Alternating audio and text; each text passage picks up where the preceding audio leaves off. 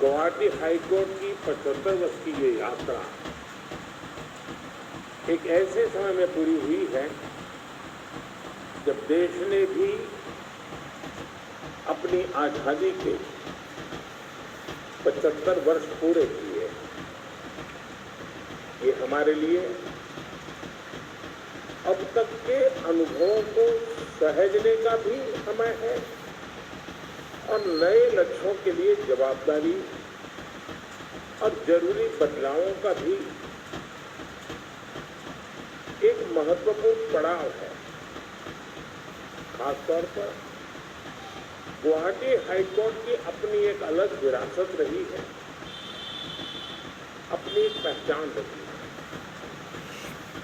एक ऐसी हाईकोर्ट है जिसके जुरिडिक्शन में का दायरा सबसे बड़ा है। असम के साथ साथ आप अरुणाचल प्रदेश, मिजोरम और नागालैंड यानी 3 और राज्यों को भी सेवा की जिम्मेदारी निभाते हैं। 2013 तक तो गुवाहाटी हाईकोर्ट की जुरिडिक्शन में पूर्वोत्तर के 7 राज्य आते थे। इसलिए गुवाहाटी हाईकोर्ट की 75 वर्ष की यात्रा पूरे पूर्वोत्तर का अतीत जुड़ा हुआ है, लोकतांत्रिक विरासत जुड़ी हुई है। मैं इस अवसर पर असम और पूर्वोत्तर के सभी लोगों को और खासकर यहाँ की अनुभवी लीगल फ्रेटर्निटी को बहुत बहुत शुभकामनाएं देता हूं। साथियों, आज एक सुखद संयोग ये भी है कि आज ही, और जैसा सब लोगों ने इसका उल्लेख भी किया, डॉक्टर बाबा साहब आम्बेडकर की जयंती भी है। हमारे संविधान के निर्माण में बाबा साहब की मुख्य भूमिका रही है। संविधान में समाये समानता और समरसता के मूल्य ही आधुनिक भारत की नींव है। मैं इस पुण्य अवसर पर बाबा साहब के चरणों में भी श्रद्धांजलि अर्पित करता हूं। साथियों, इस बार स्वतंत्रता दिवस पर मैंने लाल किले से भारत की एस्पिरेशनल सोसाइटी और सबका प्रयास के बारे में विस्तार से बात की। आज 21वीं सदी में हर भारतवासी के सपने और उसकी आकांक्षाएं असीम है। इनकी पूर्ति में लोकतंत्र के एक स्तंभ के तौर पर हमारी सशक्त और संवेदनशील जुडिशरी की भूमिका भी उतनी ही अहम है।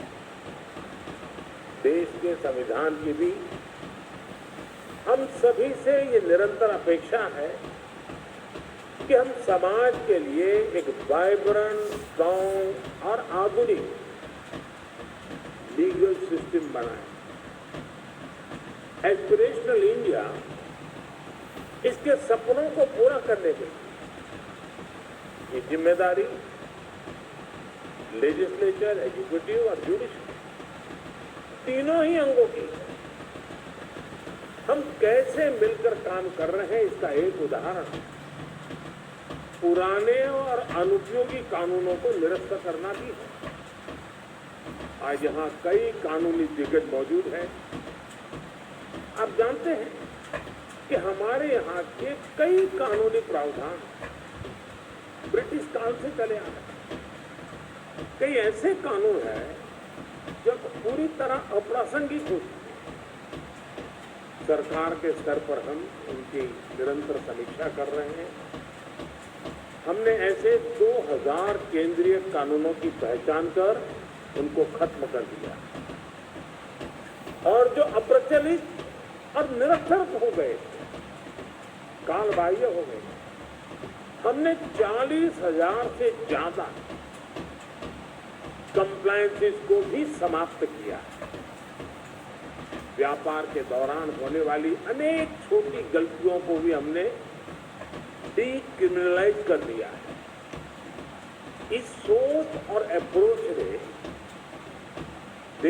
अदालतों में केसेस की संख्या को भी कम करने में अहम भूमिका निभाई है।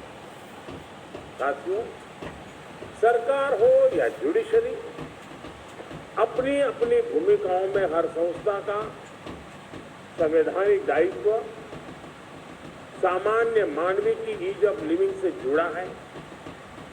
आज ईज ऑफ लिविंग के इस लक्ष्य के लिए टेक्नोलॉजी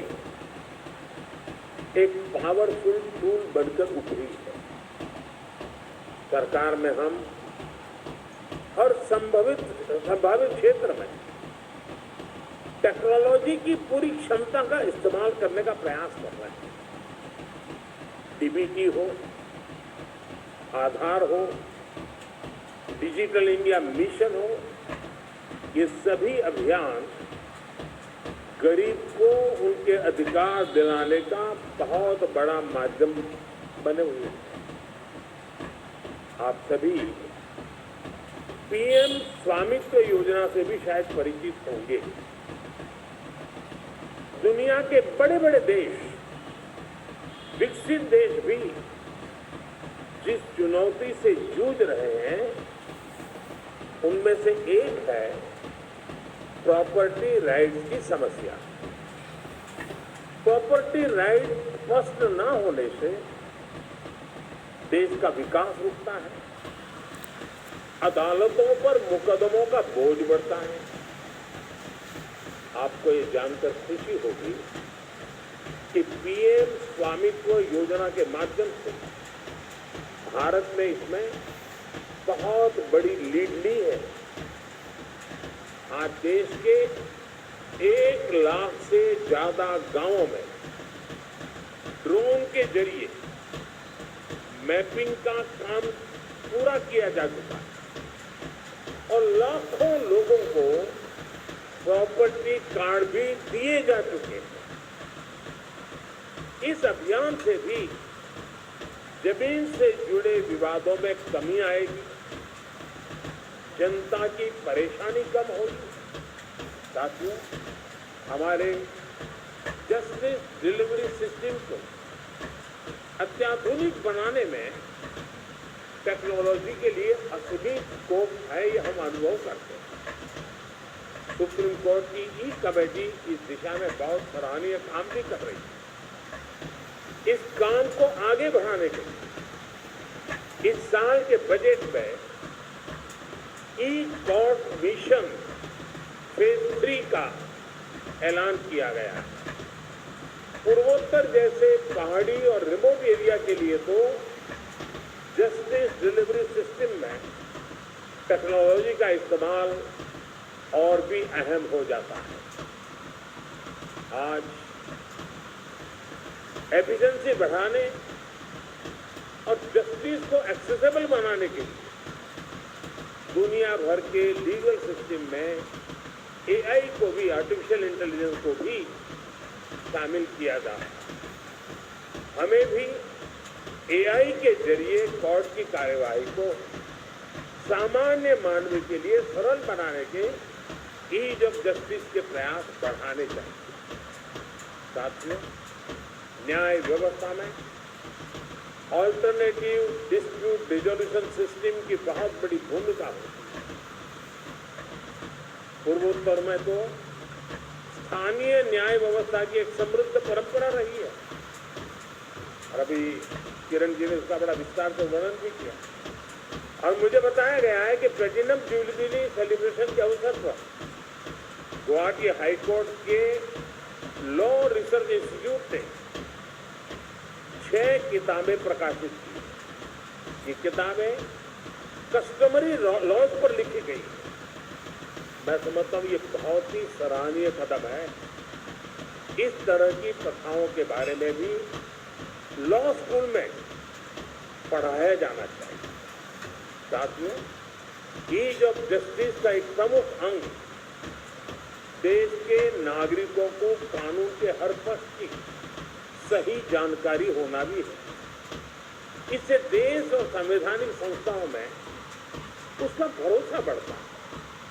इसलिए सरकार में हमने एक और प्रक्रिया शुरू की है। जब कोई नया कानूनी मसौदा तैयार होता है तो उसका एक सिंपल वर्जन भी तैयार करने पर जोर दिया जा रहा है। कोशिश यही है कि कानून ऐसी भाषा में लिखा जाए जो लोगों को आसानी से समझ में आ जाए। ऐसी ही अप्रोच हमारे देश की अदालतों के लिए भी बहुत मददगार साबित होगी। आपने देखा होगा, हमने एक भाषिणी प्लेटफॉर्म लॉन्च किया ताकि हर भारतीय अपनी भाषा में इंटरनेट और उससे जुड़ी सेवाएं हासिल कर सके। मेरा आपसे भी आग्रह है तो आप इस भाषिणी वेब पर जरूर जाके देखिए, बहुत सामर्थ्यवान है। विभिन्न कोर्ट्स में भी इस प्लेटफॉर्म का लाभ लिया जा सकता है। साथियों, एक अहम विषय जिसको ऋषिकेश जी ने भी उल्लेख भी किया, हमारी जेलों में बड़ी संख्या में अनावश्यक रूप से बंद कैदियों का भी रहता है। हमारे मेहता जी ने भी उसका उल्लेख किया। किसी के पास जमानत के पैसे नहीं है तो किसी के पास जुर्माना भरने के पैसे नहीं है, और कुछ लोग ऐसे हैं जो सब कुछ हो गया है लेकिन परिवार के लोग ले जाने के लिए तैयार नहीं है। ये सब लोग गरीब और कमजोर वर्ग से आते हैं। इनमें से ज्यादातर छोटे छोटे अपराधों में वर्षों से जेलों में ही है। इनके प्रति संवेदनशील होना सरकार और न्यायपालिका दोनों का कर्तव्य है। इसलिए इस साल के बजट में हमने ऐसे कैदियों को आर्थिक मदद देने के लिए अलग से प्रावधान कर दिया। केंद्र सरकार ये बजट राज्य सरकारों को देगी ताकि इन कैदियों को आर्थिक सहायता देकर उन्हें जेल से बाहर निकाला जा सके। साथियों, हमारे यहाँ कहा जाता है, धर्मो रक्षति रक्षिता, यानी जो धर्म की रक्षा करता है धर्म उसकी रक्षा करता है। इसलिए एक संस्थान के तौर पर हमारा धर्म, हमारा कर्तव्य, देश हित में हमारे कार्य सर्वोपरि होने चाहिए। मुझे विश्वास है हमारी यही भावना हमें विकसित भारत के लक्ष्य तक लेकर जाएगी। मैं एक बार फिर आप सभी को प्लेटिनम जुबिली सेलिब्रेशन के लिए बहुत बहुत बधाई देता हूं और मेरी तरफ से अनेक अनेक शुभकामनाएं हैं। बहुत बहुत धन्यवाद।